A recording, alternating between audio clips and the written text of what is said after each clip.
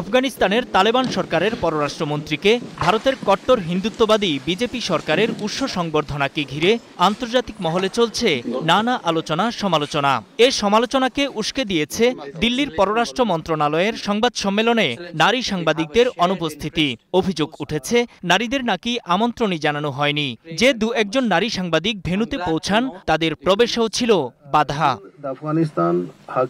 এমন ঘটনায় ক্ষুব্ধ ভারত। একে লিঙ্গ বৈষম্য আখ্যা দিয়ে তীব্র নিন্দা করছেন সমালোচকরা। এ বিষয়ে আনুষ্ঠানিকভাবে কোনো মন্তব্য করেনি মোদী সরকার। তবে একটি সূত্র জানিয়েছে কোন কোন গণমাধ্যমের কোন সাংবাদিককে আমন্ত্রণ জানানো হবে সেটি ঠিক করেছেন সফররত আফগান মন্ত্রীর সঙ্গে থাকা তালেবান কর্মকর্তারা। সূত্র বলছে নারী সাংবাদিকদের অন্তর্ভুক্ত করার প্রস্তাব দিয়েছিল ভারত সরকার। ভারতের মাটিতে একটি সংবাদ সম্মেলনে কারা আসবেন সেই সিদ্ধান্ত কি করে তালেবান মন্ত্রীর কর্মকর্তারা নেন উঠেছে সেই প্রশ্নও। বিশেষ করে বিরোধী দলের তোপের মুখে পড়তে হচ্ছে প্রধানমন্ত্রী নরেন্দ্র মোদীকে। প্রধানমন্ত্রী নরেন্দ্র মোদী তালেবান পররাষ্ট্রমন্ত্রী ভারত সফর সংক্রান্ত সংবাদ সম্মেলন থেকে নারী সাংবাদিকদের বাদ দেওয়ার বিষয়ে আপনার অবস্থান স্পষ্ট করুন। নারী অধিকার নিয়ে আপনি যা বলেন তা যদি লোক দেখানো না হয়, তবে ভারতের মতো জায়গায় দক্ষ নারী সাংবাদিকদের এই অপমান কেন মেনে নেওয়া হলো? মোদিজি, একটি পাবলিক ফোরাম থেকে নারী সাংবাদিকদের বাদ দেওয়ার অনুমতি দিয়েছেন আপনি।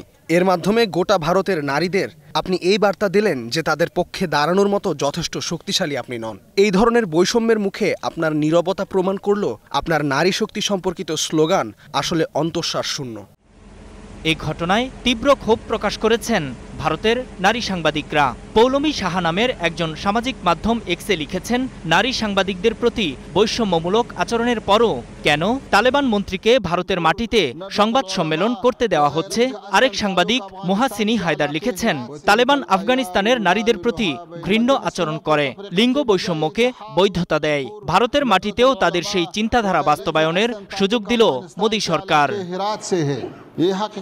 শুধু সরকার নয়, ওই সংবাদ সম্মেলনে উপস্থিত পুরুষ সাংবাদিকদেরও সমালোচনা করেছেন অনেকে। সাবেক মন্ত্রী পি চিদাম্বরম বলছেন, নারী সাংবাদিকদের প্রবেশ করতে দেয়া হচ্ছে না জেনেও পুরুষ সাংবাদিকরা কেন সেই সংবাদ সম্মেলন কাভার করলেন। তার মতে সম্মেলনটি সাংবাদিকদের বয়কট করা উচিত ছিল।